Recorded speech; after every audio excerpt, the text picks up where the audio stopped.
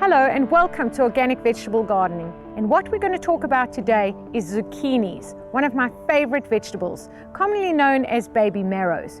We're going to particularly focus on the dwarf varieties, which doesn't mean that the plant grows small, it just means that it doesn't trail.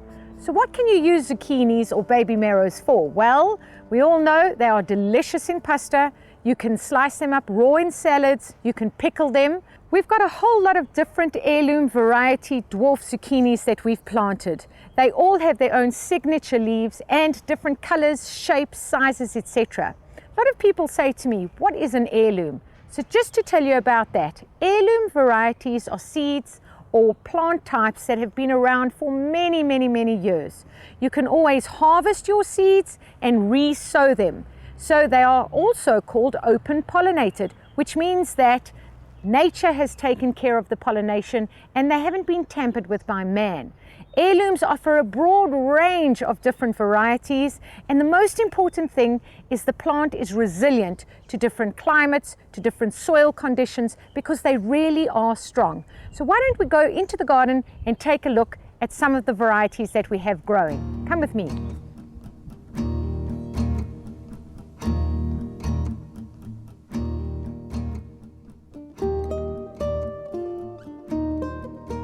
I want to tell you more about this plant, which is really interesting.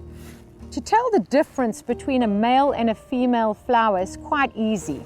So you'll see here, the male flower is on top of a stem that's bare. You can see it's just a normal stem. Here's the flower. Over here, this flower, the beautiful yellow one that's open, the base of the flower is attached in fact to an immature fruit. This is therefore the female. And these two need to pollinate so that this fruit can develop into something that looks like this, which is gorgeous. So what has to happen is the flower, the male flower, needs to be pollinated by a bee and all beneficial insects so that the female can then grow. It is therefore important to plant as much companions around your zucchini plants so that they can attract bees and butterflies, etc., to get that pollination done. What we have here is one of the most beneficial companion plants to have in your vegetable garden, and that is nasturtiums. They have a dual role here. One is to attract the beneficial insects, and the other one is as a repellent. Fantastic to have in your vegetable garden. They also attract black aphids to them so that you don't have to worry about aphids attacking your vegetables. They will stay on your nasturtiums. Did you know that not only are the flowers edible and can be stuffed with delicious cheese and deep fried, but your leaves of your zucchini or baby marrows are also edible. So don't leave those out when you're going to cook a wonderful meal for your family.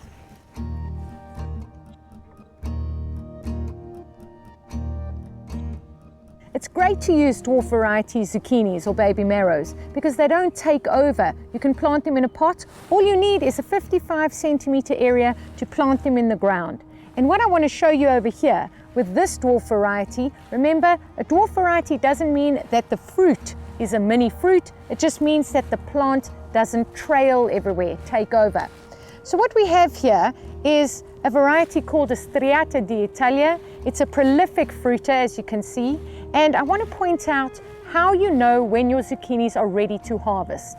This one over here is still quite immature, but the flower that's still attached is starting to die. It's closing up here, which opposed to this one, which is quite fresh and still open. When the flower dies completely, it falls off the edge, as is done over here, and that is when the zucchini is ripe and ready to pick. If you want to leave them to get rather fat and juicy and delicious, you can. There's no such a thing that when the zucchini grows too big, it loses its flavor. If it's organically grown, it's going to be delicious either way. Look at this. Looking forward to eating this tonight. But did you know that cucumber, zucchini, baby marrow, pumpkin and watermelon are all the same family? Bet you didn't know that.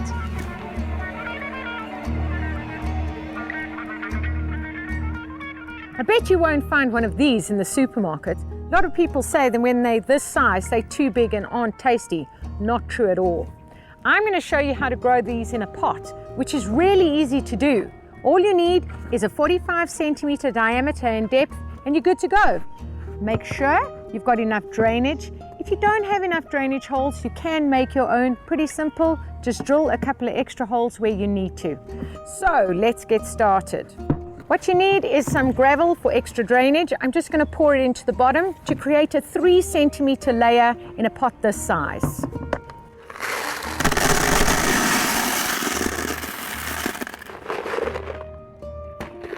There you go. Your drainage is good. And that's all we need really to make sure that this has sufficient drainage so the plant can grow in here happily.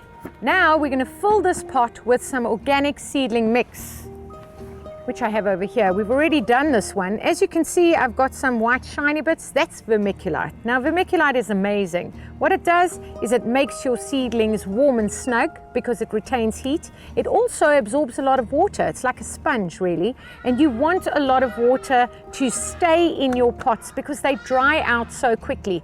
I'm not saying that you want them to be waterlogged. I'm just saying that you have to be aware of having your pots kept moist because they do dry out and they depend on you entirely for watering. So we're going to pour this in. We've made the seedling mix ourselves. We've used compost, a good seedling feed, and of course vermiculite. Right, put it in there. I've actually got a pot here that I've already done for you. So let me put that aside over there, show you what I've got over here. Full of our seedling mix, our organic seedling mix. We have put in the drainage and we've got our vermiculite. Just to remind you, do that, it's important. Now what we're going to add, last bit, is some fertilizer, certified organic fertilizer. You only need a small handful. In fact, this may be too much. Sprinkle it over the surface. It doesn't dissolve in water, so it takes time to break down, which is what you want because you want to have a constant supply of food for your plant to grow happily. Okay. So we mix that into the surface of the soil like this, just like using a rake. There you go. And now we're going to plant our seedling. You can see this has been growing in here for about a month already, and it's ready to go into the pot.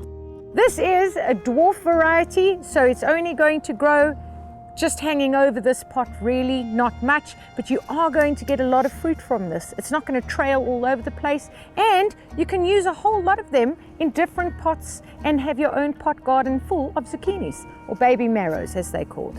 Right, let's dig our hole. Always make sure that you dig a hole deep enough to fit the entire root part of the plant. You don't want your roots to be, above the soil because they get damaged. And you want to create as little stress as possible when you transplant from any kind of seedling tray or seedling pot into a bigger pot. Okay, there you go. Pouring water into the hole first is extremely important. As I said earlier, you want to keep the shock, the transplant shock, at a minimum. So you pour quite a lot of water into the hole. Be generous with that. Get this baby out of here as soon as possible. Can loosen up the soil a bit. Get those roots touching that water and cover it up. Add more water just in case. Remember, planting in a pot, you are responsible for keeping this plant alive. So water often. Make sure that you check your plant every day, and you possibly may need to water every day.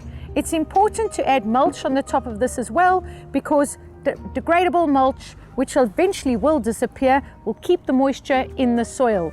And water-wise, you have to try and keep the water usage down and keep water as much as possible in the actual container so the plant's happy to grow.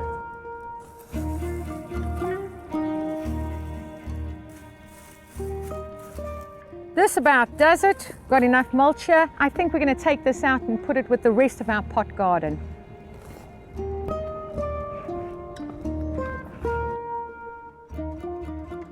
Don't be afraid to grow your zucchinis. They're really easy to grow. You just need 6 hours of sun a day. They can go into a pot quite easily. Use some good certified organic fertilizers to get them growing and healthy. And just to remind you that zucchinis in pastas, salads, or in soups are fantastic. Looking forward to seeing you again on our next episode of Growing Organic Vegetables.